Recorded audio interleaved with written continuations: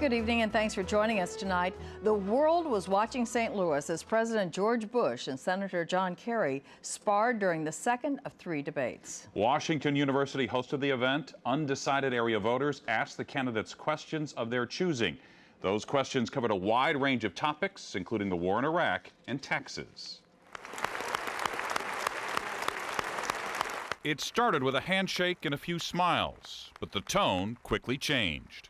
Now, the 3 things they try to say I've changed position on are the Patriot Act. I haven't. I support it. I just don't like the way John Ashcroft has applied it. You've got to be consistent when you're the president. There's a lot of pressures, and you've got to be firm and consistent. Iraq was the subject of debate for nearly 40 minutes.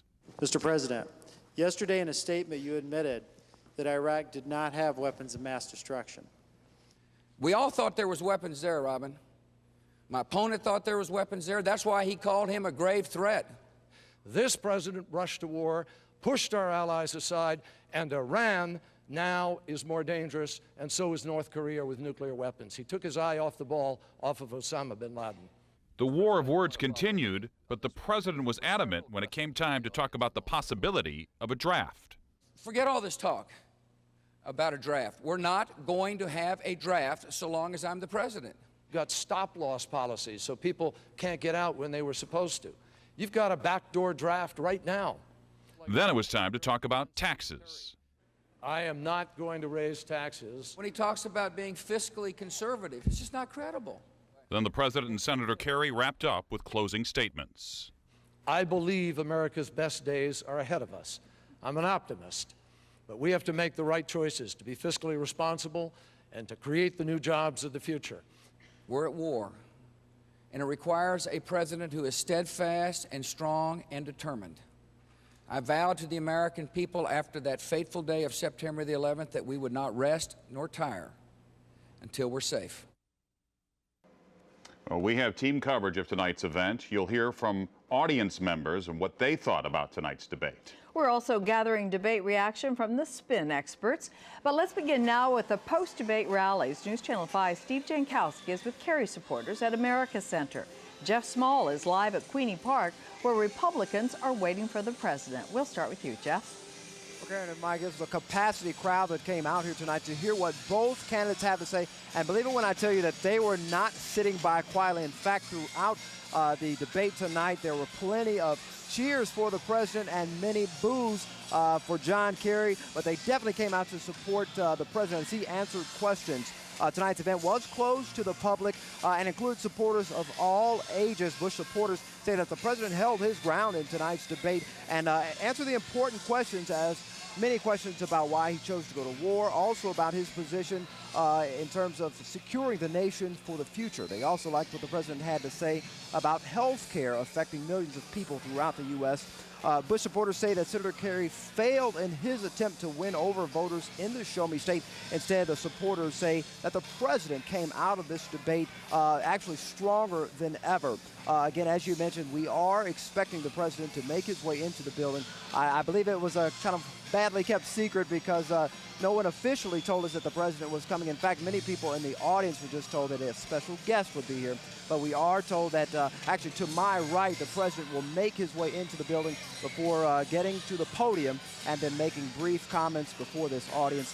Of course, my colleague Steve Jankowski is at the Kerry camp at America Center with more. Steve? Well, Jeff, John Kerry is expected here any time. We've been hearing that he was going to be here within the next couple of minutes. Better Than Ezra, the group that was performing, the kind of a warm-up group, is now done. And we hear some of the canned music that's been playing here throughout the evening. This rally organizers were expecting somewhere between 10 to 15,000 people out at Art Hill. When it was moved inside, they could have expected even more.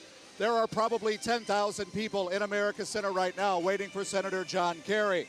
They had a great evening here watching this debate with a lot of cheering going on. And every time President Bush would say something that they didn't like, you would hear shouts of liar or you're phony or something along those lines. Well, we talked to a couple of Kerry supporters here to find out what they thought about how their candidate did in tonight's debate.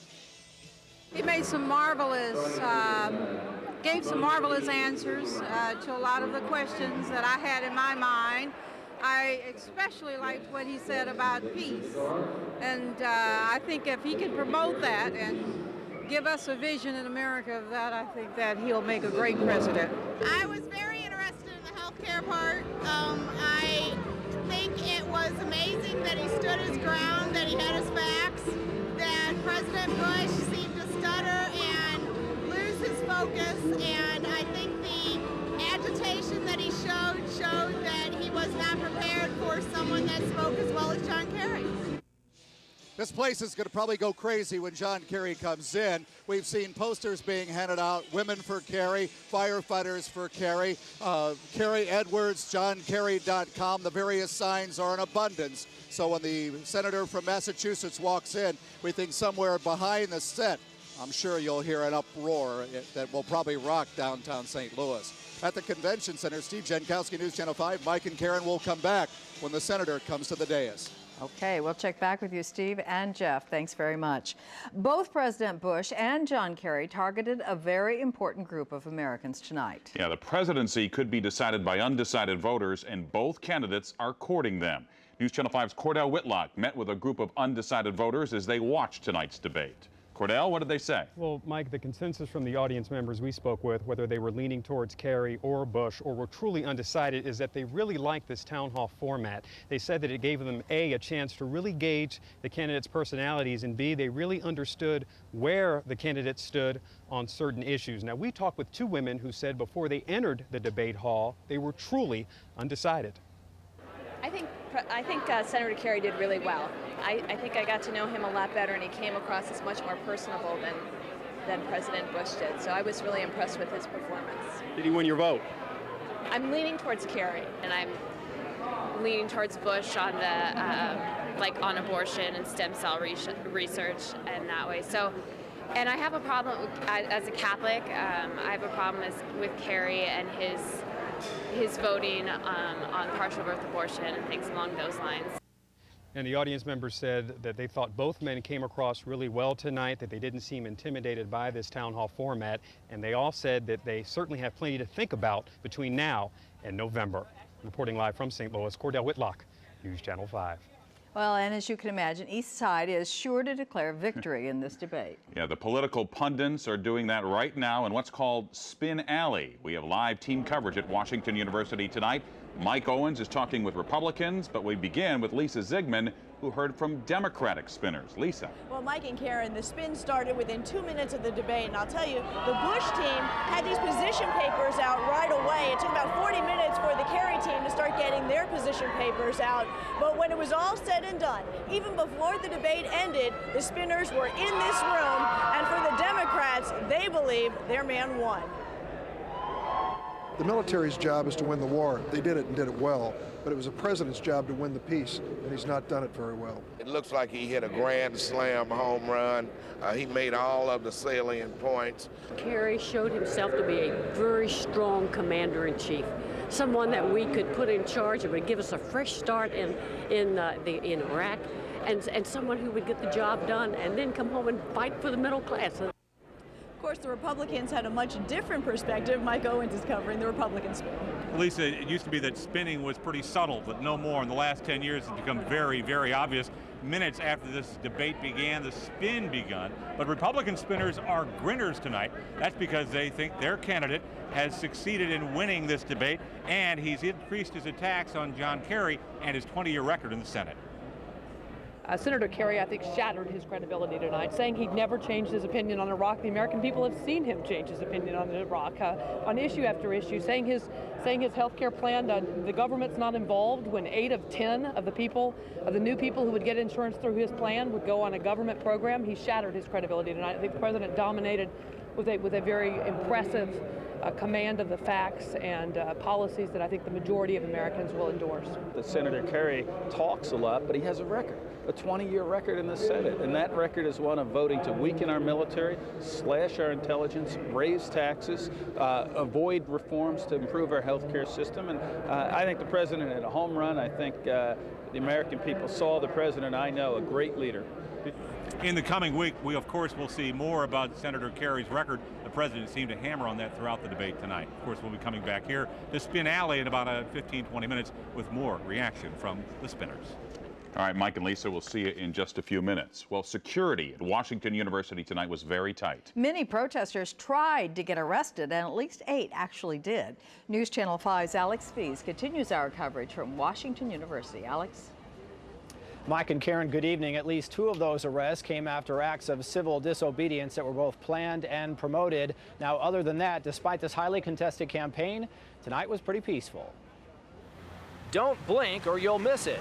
That's about as much passion as protesters produce on the streets surrounding Washington University. Police do take down this giant I 08 sign the protester placed prominently. And here comes Gerald K. Davidson. He is the I who was running for president in 08. Josh Gantz bought a t-shirt that reads, "John Kerry, give George Bush his pink slip." And we just wanted to kind of spread the message that it's about time that George Bush gets sent back to Crawford, Texas. 4 more years. This caught our attention coming out of a dorm along Big Bend. We're being repressed. How so? The Bush voters are being repressed at Washington University. Security on campus is tight, IDs are checked extensively, and bomb-sniffing dogs are used. And that does not even compare to the security people encounter when they enter the debate hall. We cannot even show you those metal detectors, however, because the Secret Service will not allow us to. And for the record, Secret Service agents do not grant interviews. Gerald K. Davidson does. I for president, 08. 08, you'll have a real president. I'm not no innuendos. I'm the real McCoy. St. Louis County Police report at least 8 arrests tonight. A News Channel 5 photographer witnessed 2 of those arrests. They are candidates for president from the Green Party and Libertarian Party. Green Party candidate David Cobb notified the media that he would be walking around the barricades around campus tonight trying to get arrested. Cobb was doing so, he says, in protest of his being excluded from tonight's debates. Again, St. Louis County Police report in total at least 8 people were arrested. Live in St. Louis, Alex Fees, News Channel 5. And the debate was not all that was going on in the St. Louis area tonight. There's much more news to bring you on this Friday night. Police crack a cold murder case. We'll tell you who's charged with killing a pregnant woman and have reaction from the family. And a Metro East school shuts down due to a threatening letter. We'll have more on the investigation and when students will return to class.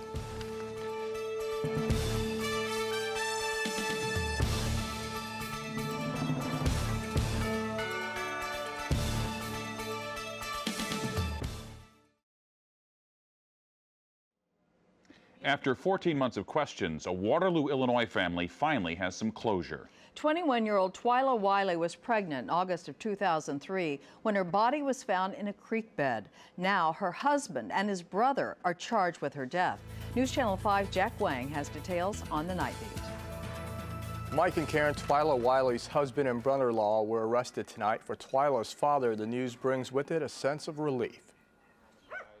Waterloo Police Chief Joe Brower personally delivered the news to Twyla's father, John Doering. It's a good sense of relief, the first step to closure. Authorities arrested Twyla Wiley's husband, James C. Wiley, and Michael J. Wiley, the victim's brother-in-law. James Wiley is charged with first-degree murder and intentional homicide of an unborn child.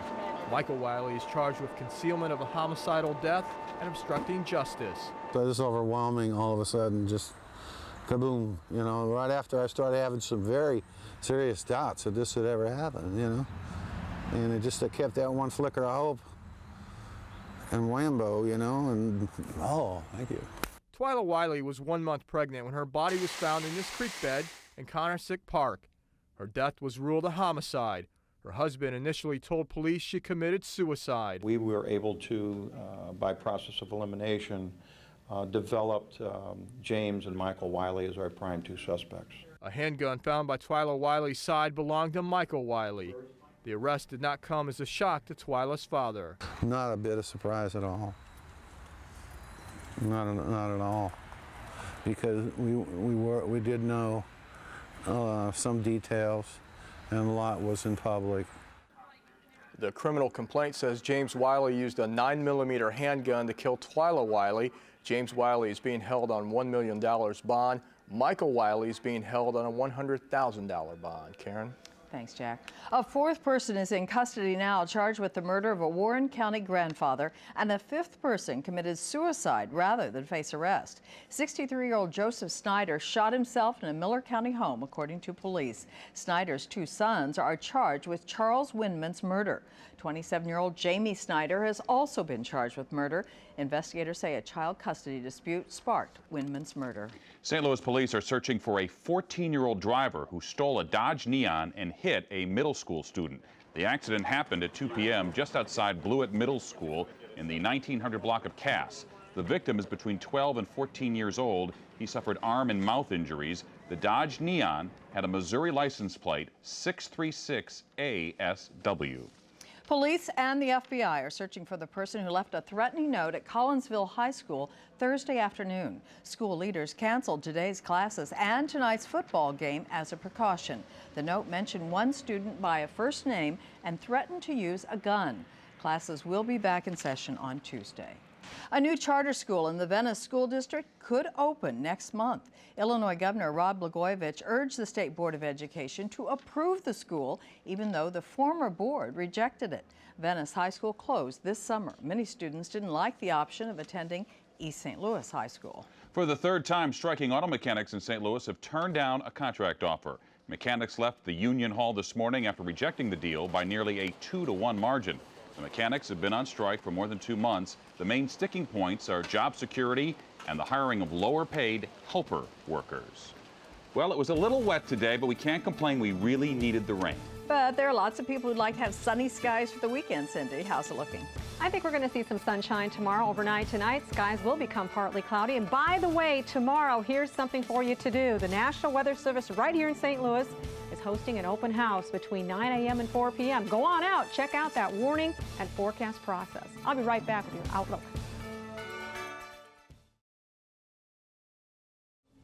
Take a look at this beautiful sight. The weather was picture perfect for the Albuquerque International Balloon Fiesta.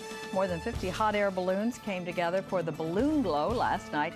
The effect was stunning. 7,000 acres illuminated by brilliant shapes. The balloon fiesta continues through the weekend.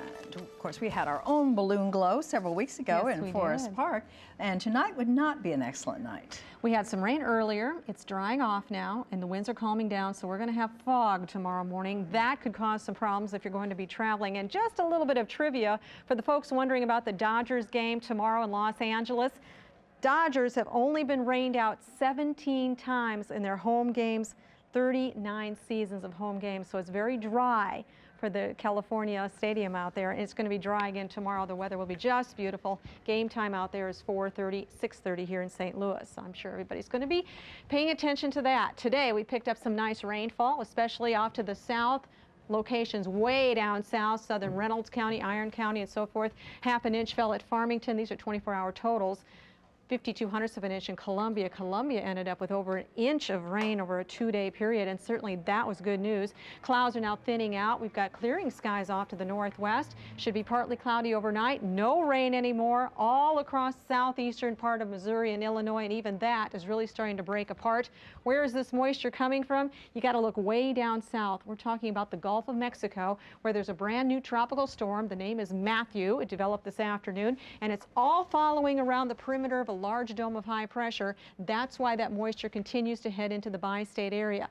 Fortunately, that ridge just moved a little bit farther to the east today. That's why we're kind of moving out of that rainfall line. But as we go into Sunday, more moisture will come to the north because of Matthew, and we're probably going to see some rain back here in the St. Louis area. Here's the proposed track. It is making way to the east-northeast now at 9 miles per hour, has increased to 45-mile-per-hour winds. That's since 4 o'clock this afternoon, and the proposed track would bring it right back into the panhandle of Florida. This would be by late Sunday night or Monday morning. Of course, we'll be tracking it for you over the weekend. At this point, it looks like it'll be just mostly rain. Wind is not going to be the big problem. And look at this, our computer models.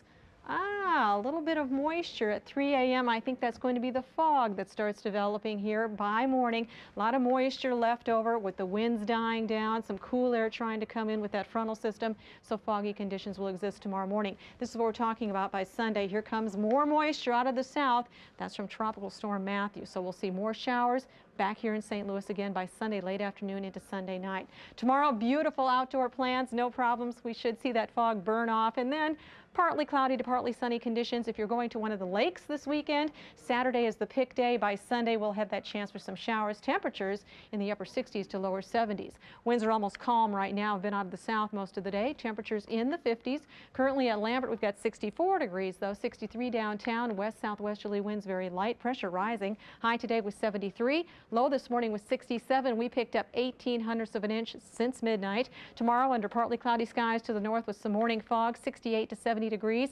Lower 70s here in the St. Louis area. There'll be some morning fog. And to the south, the clouds will be taking a little bit more time moving out. But we'll go with partly sunny to mostly cloudy skies south. Overnight tonight, partly cloudy skies, 57 degrees.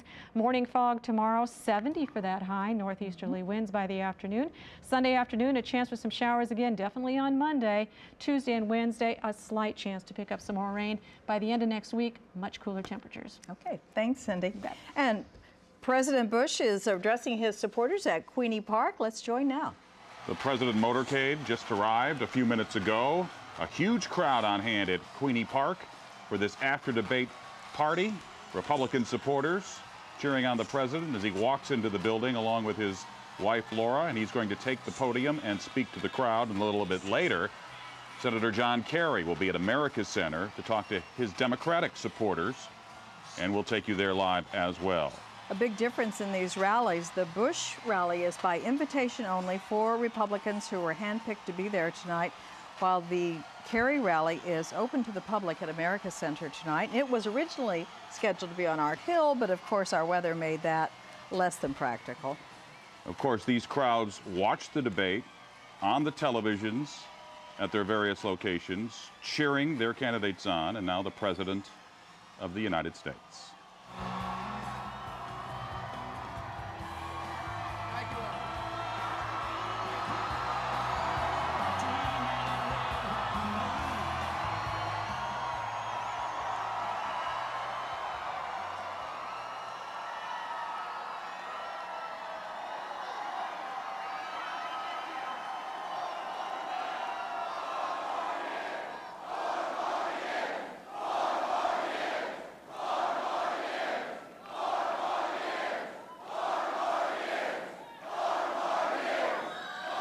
Thank you all for coming.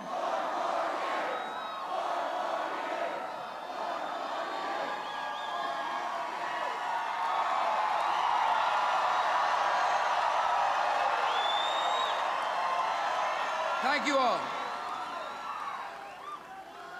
Thank you all for coming. Thanks for staying up so late. Anybody got any questions? I want to thank.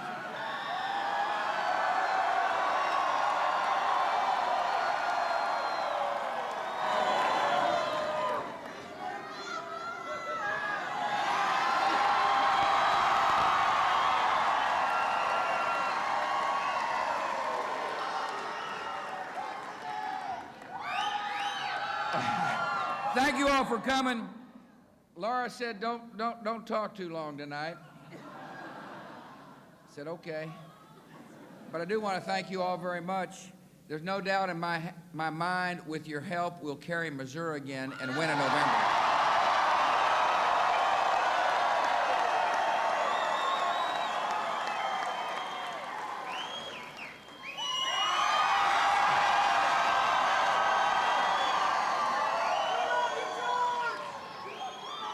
So tonight I was telling the people why I think they ought to put me back in there for 4 more years, but I didn't get the line I really wanted to say, which was that the main reason to put me back in was so that Laura would be the First Lady for 4 more years.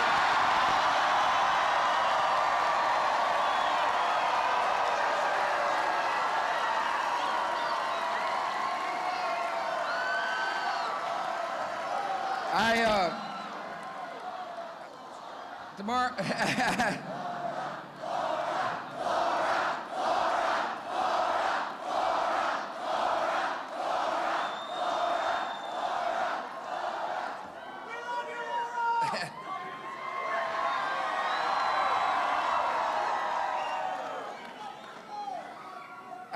tomorrow morning, I'm waking up first thing in the morning to help the next governor of Missouri, Matt Blunt, and the next lieutenant governor of Missouri, Peter Kinder. I want to thank them both. See you in the morning. I'll see you in the morning. Make sure the eggs aren't runny. Then we're off to Iowa, then Minnesota. I'm fired up. I'm looking forward to this.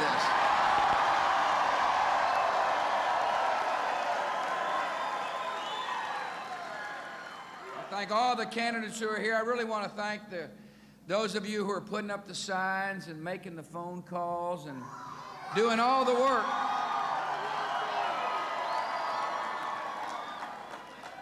We had a good debate tonight. There's clear differences of opinion.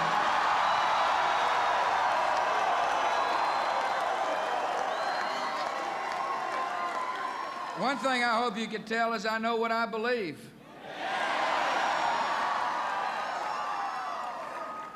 I know where I need to lead this country to make this world a safer place and a more hopeful place. For every American, for every single American. Our dream is for America to fulfill its promise for every single person who lives here. There's no doubt in my mind, over the next 4 years, this world will be a safer place, that we'll achieve the peace that we long for our children and our grandchildren, and that the great promise of America, the great hope of our great country, will be extended to every corner of this great land. I can't thank you all enough for being here. May God bless you. And may God continue to bless our country. Thank you all. President Bush greeting his supporters tonight at Queenie Park and thanking them for their work. A rousing welcome for both the President and the First Lady, Laura Bush. Certainly an asset for the President in this election season. And when he said he didn't get in his favorite line that you could have Laura Bush for First Lady for 4 more years, he got a great response from the audience. We also understand that Senator Kerry has made his way to America Center, and we will be going to that in just a couple of seconds. But coming up in sports, the Cardinals have dominated the Dodgers so far, but now will it continue as the series shifts west? A live report from Los Angeles is up next. And with one more win, the Cardinals will do what the Boston Red Sox were doing tonight. Katie Phelps has their dramatic finish next in sports. Just another reminder, we will be taking you to America Center to see Senator John Kerry address his supporters as soon as he makes his way to the podium. But we're joined now by Katie Phelps. Cardinals play the Dodgers tomorrow night with a chance to eliminate the Dodgers, but now they have to beat them in Los Angeles. That's right. They have to go there, and we are going to go there in just a second. The Cardinals have reeled off 13 of their 16 runs against the Dodgers with 2 outs. The team is up 2-0, 1 win away from clinching the division, but now the series moves to Chavez Ravine. Frank Cusimano is in Los Angeles. Frank, the team worked out today just before suiting up for Game 3. What's going on in Los Angeles? Well, Katie, welcome to Tinseltown, where glitz and glamour usually rule the day. But for the Dodgers, it's more like doom and gloom. Consider this, LA has not won a postseason game since 1988. And we're talking about a Cardinal team where every divisional series that Tony La Russa has won, he has swept. They are not likely to lose focus now. They won't be distracted by the palm trees of LA. They're not mentioning the word sweep, but clearly the skipper has a vision for this series. You know, it's important for us to go out there trying as hard as we possibly can to win as soon as we possibly can. If they can beat us, we'll tip our cap. Don't expect that tip to come. The Cardinals are so relaxed that Albert Pujols was playing shortstop today, and the players sounded confident. If everything goes right, we'll win this game tomorrow, and I get to go home Sunday. My little girl's birthday Sunday, so it'll be a great birthday present for me. Get to be at home with her. Home is where the Dodgers believe they can rally, and they're asking for some help from the fans. As a team, what would you like to see the crowd be like tomorrow night? I hope like the Giants, when they come here, like they get in a fight in the stands. I hope so. You can see something going on. I think it'd be great to see the fans, into the game, like cheering for us and supporting us. But the fans can't get into a game if starting pitcher Matt Morris doesn't allow them to. And he didn't in his last outing against LA with a 2-hit shutout. I wish it was that easy to bottle that, and I'd take it out there with me every time. But I think my focus was real good. I don't think my shoulder felt as great as it does now.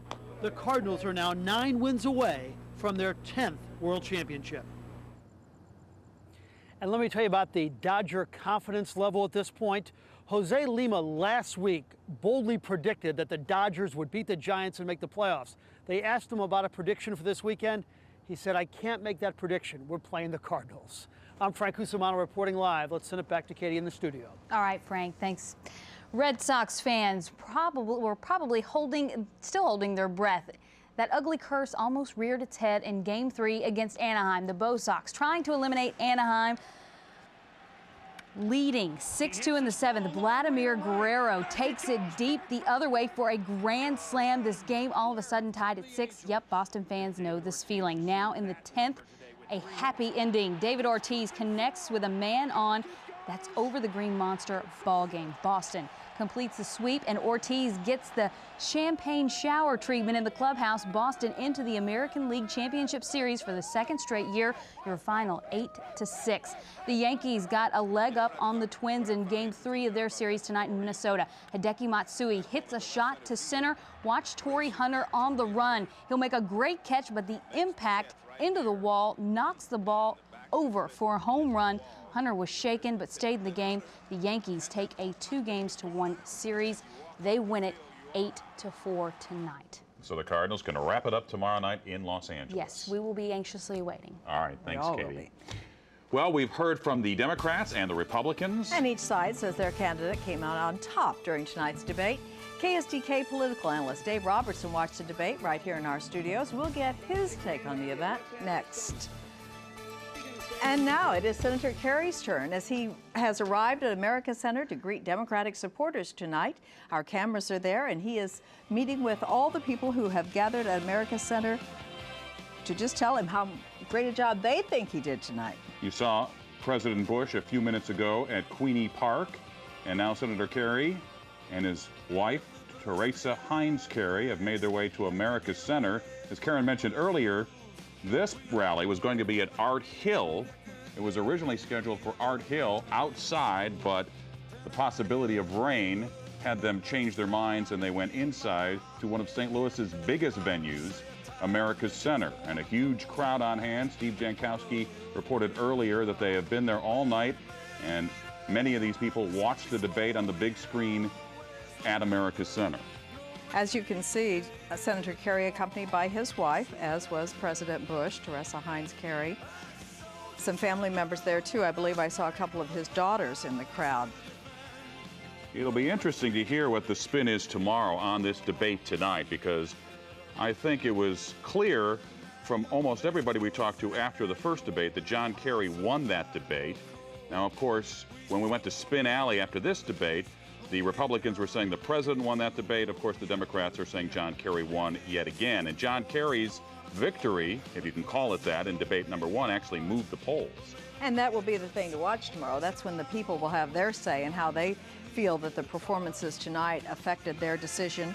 And of course, the whole debate tonight was targeted at the undecided voters, of which there are still very many. But with voter registration up all across the country, it is clear that this campaign, this election has really captured Americans' interest. And the question is, did it make an impact here in Missouri? Because the president has gathered a lead in Missouri, and a lot of the pundits were calling this now a purple state, red and blue kind of together, a purple state. And John Kerry needs to make some headway if he's going to win Missouri. And of course, if he can somehow pull out Missouri, pull out of West Virginia, and then he has an opportunity to win the Electoral College vote, and then, of course, become the President of the United States.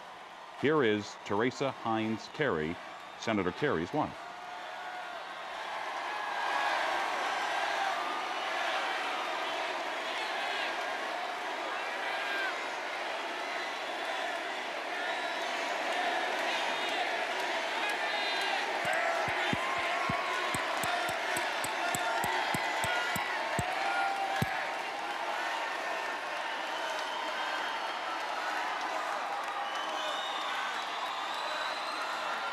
The crowd at America's Center apparently just as enthusiastic as they were at Queenie Park for the President of the United States. And it'll probably be tomorrow before we know All how right, many everyone. people. Mrs. Carey. Hello, St. Louis.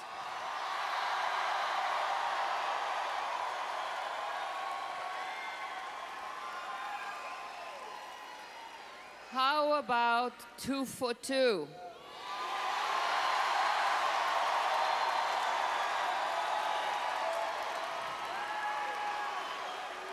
And on Wednesday, we're going for the Triple Crown.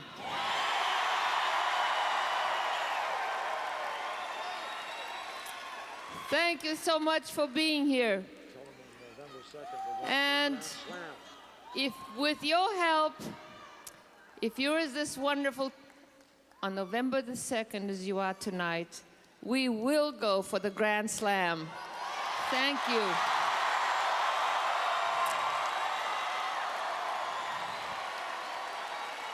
So, I thank you. I thank you very much. I ask you to join us all in a journey of hope, a journey of hard work, and a journey for the future. And here is our leader.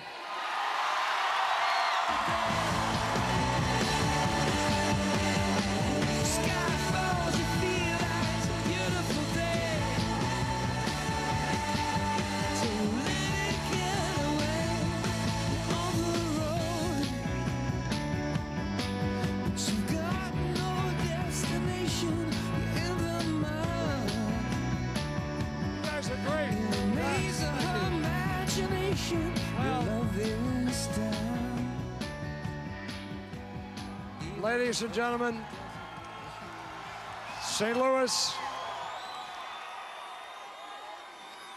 I'll tell you what, I came in last night.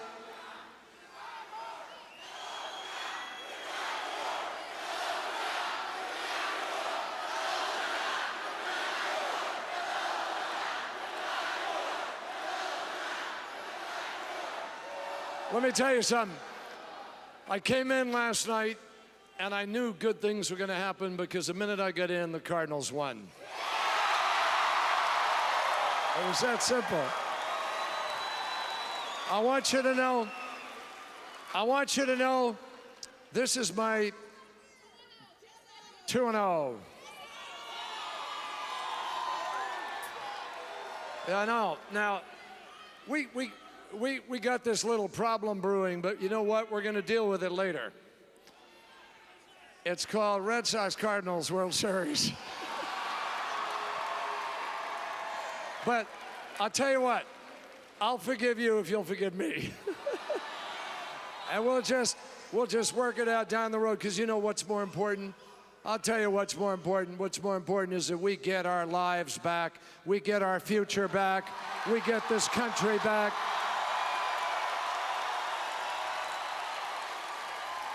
I know. Now, I want you to know, this is my 6th trip to St. Louis.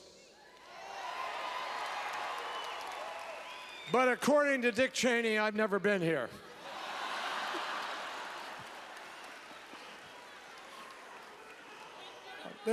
We now have more evidence.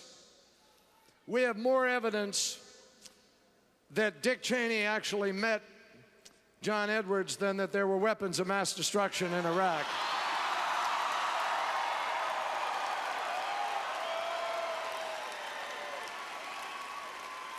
And I got to tell you something. Let me just tell you something. Here, this is really interesting. Today they announced the new jobs figures. 90-some thousand jobs created, but only 26,000 permanent private sector jobs created, 18,000 manufacturing jobs lost overseas, and George Bush is so out of touch with reality that just like he looks at those job numbers, he picked up the newspaper this morning and he said, boy, those Dodgers are really doing well, aren't they? Folks, I got to tell you, I mean, we got 3.5 weeks. 3.5 weeks. I want you to think about it. These are the most serious days in our lives. And I'll tell you why, and you know it. Because everything's on the line, isn't it? Everything we care about. You know something, I've got to introduce a couple people to you before I go any further. Can I do that? See this tall, beautiful young woman standing back here? That's my daughter, Alexandra.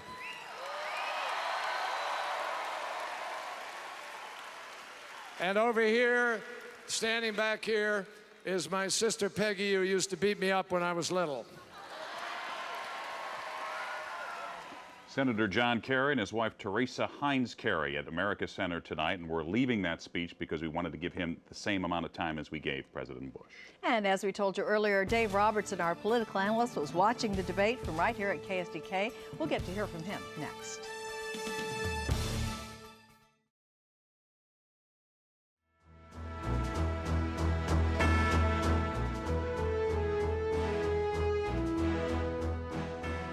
Our extended debate coverage continues now. We've heard from the candidates, we've heard from the spin masters, and some of the voters. Now Dave Robertson, our political analyst, joins us with his view of tonight's debate. And I'm going to ask you straight out, who won, who lost? Well, you know, I heard somebody compare scoring these things to scoring figure skating at the Olympics. It's kind of hard and kind of open to subjective interpretation. I think this is going to look like a wash, except for one thing that I think turned up kind of subtly. People might not notice it later on, but I think both candidates got across their message in the way they wanted to get it across, and both added to their sort of personal characteristics in the way they needed to do that. For the Republicans, Bush came across much more strongly, much more calm, much more aggressive on his issues, much more engaged with the audience. I think the format really helped him. I think Kerry seemed much more empathetic. One of the most memorable parts of this was when he was asked about stem cell research, and he made this very heartfelt connection to Michael J. Fox and to Christopher Reeve. And how do you think, as the nation watched tonight, that St. Louisans came off as the representatives of American voters tonight? I thought they came across very well. I thought the questions were great. They were very helpful. And they were not St. Louis questions. They were questions people are asking at dinner tables across the country. They were very representative questions of what's on people's minds. We saw the polls move after the first debate, and they moved toward John Kerry. Do you expect the polls to move again tomorrow? I think it's hard to say, but let me talk about that one exception that I saw. In this debate, there were a lot of questions asked that touched on each candidate's vulnerabilities. I thought those questions were great. But as I counted it up, it looked to me as if 11 of the questions touched on vulnerabilities of George Bush, on things like stem cell research, on the Patriot Act, areas where Bush has been on the defensive a little bit. He came across as not defensive about these things, but yet they played to some of his weaknesses. There are only 6 questions like that addressing Kerry's weaknesses. I think that's indicative of what's going on here. But you thought President Bush did better tonight than in debate 1. Absolutely, no doubt about it. At one point, the president got rather heated after the question on the draft. Do you think that came off as a show of strength or as being rather erratic? I think it's hard to tell. In a 90-minute debate, one incident like that, I think people can pass over. Remember, there was a point at which, on the stem cell question, John Kerry seemed a little at a loss for words. So there were slight gaps, not gaffes, but gaps in the presentations from here in different spots. I think generally both candidates came across pretty strongly. Senator Kerry looked into the camera tonight and said, "I will not raise taxes." A, do you think he can keep that promise? And B, how do you think that will play with the people who are watching tonight's debate? 2 of the things that President Bush needs to do is to address terrorism and taxes and make sure those are on people's minds. Kerry was trying to deflect that tax issue by making that promise. President Bush the first, President Bush's father, made a similar promise. Read my lips. In 1988, came back to haunt him. He's got a big deficit that Kerry wants to reduce. He's going to have to balance that promise now with his promise to cut the deficit in half. We've said all along that tonight's debate was going to be aimed at the undecided voters. What did you see tonight that told you that Kerry and Bush were reaching for those undecided voters? Oh, I thought Bush was addressing some of the weaknesses of Kerry, but in a kind of a gentler way than I kind of expected. On the stump, Bush has gotten very strong and critical of Kerry. He made arguments about Kerry's credibility that were a little softer, but still got the point across, I think, to those swing voters. On Kerry's part, he really needed to make that connection with voters to show that he was empathetic and to get the election moved on to his issues, on jobs, on health care, on the environment, and he was able to take advantage of the opportunity to do that tonight. Okay. KSDK political analyst Dave Robertson, thanks very much for joining us. We appreciate your insights. Thank you. Well, of course, each side is declaring victory as the spin is in full swing at Washington University. Mike Owens is with the Republicans tonight. Lisa Zigman heard from the Democrats at Washington University. Let's go first to Mike. Mike? Karen, there was a crossover spinner in Spin Alley for the Republicans tonight, a Hollywood actor. Many Hollywood actors are supportive of John Kerry, but not Ron Silver. The first debate, Senator Kerry, it was more style over substance. The president was very clear. You understood what I spoke to a lot of people after the first debate, and I said, okay, now explain to me Kerry's position on Iraq. And nobody could do it. So in style points, he won the first debate, clearly. But substantively, I don't think he did. And tonight, I think the president put it all together. It was a decisive victory for this president. He showed great strength, resolve, and most of all, what he did was expose Senator Kerry's record, his 20-year record of inconsistency, flip-flops, raising taxes, doing nothing for health care. So we're very pleased at exposing of his record, and it was time that we spent some time doing that. At this point, the Democrats have their own spin, and for that, let's go to Lisa Zigman. Well, Mike, the Democrats are using words like home run, knockout punch, and even using a baseball analogy, hoping for a sweep. It was a knockout tonight, no question about it.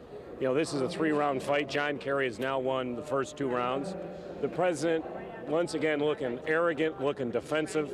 He was off his game. I just think John Kerry showed one more time that he has the confidence, the ability, the intelligence, and the heart to be a great president of this country.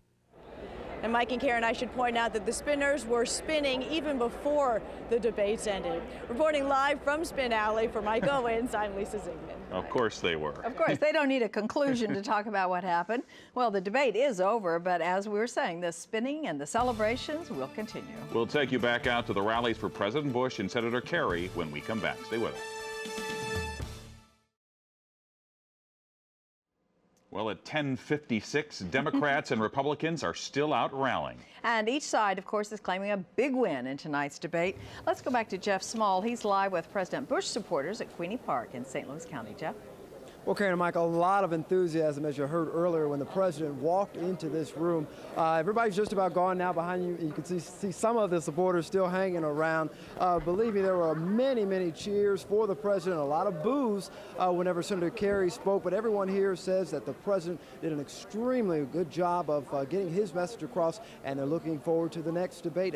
But everyone says that President Bush certainly proved himself here in this Show Me State. Reporting live from Queenie Park, I'm Jeff Small. Now back to you. Okay, the Republicans going home, going to bed early, it looks like. And the Kerry supporters are celebrating with their candidate. They all gathered at America's Center following the debate. News Channel 5's Steve Jankowski has a live update from that scene. Steve? Well, Mike and Karen, John Kerry just wrapped up his presentation of about 20 minutes or so to his supporters here at America's Center, telling him that the next 3.5 weeks were the most critical this country has faced, saying we need to go back to common sense. Are you ready to go back to common sense? Of course, a resounding yes. There was a chant that you could hear from the crowd, goodbye George, hello John, goodbye George, hello John, and John Kerry responding to that. When he opened his remarks, he made an analogy to the Cardinals. He said when he got here yesterday, he knew everything was going to be okay, because as he landed, the Cardinals won. He says he's 2-0 as well. At the America Center, Steve Jankowski, News Channel 5. All right, Steve, thank you very much. And there you have it, a special edition of News Channel 5 at 10. Thanks for watching. And remember to start your Saturday with Today in St. Louis beginning at 6 tomorrow morning. Tonight, we salute the students at Tower Grove Christian School in St. Louis. Have a great weekend. See you on Monday.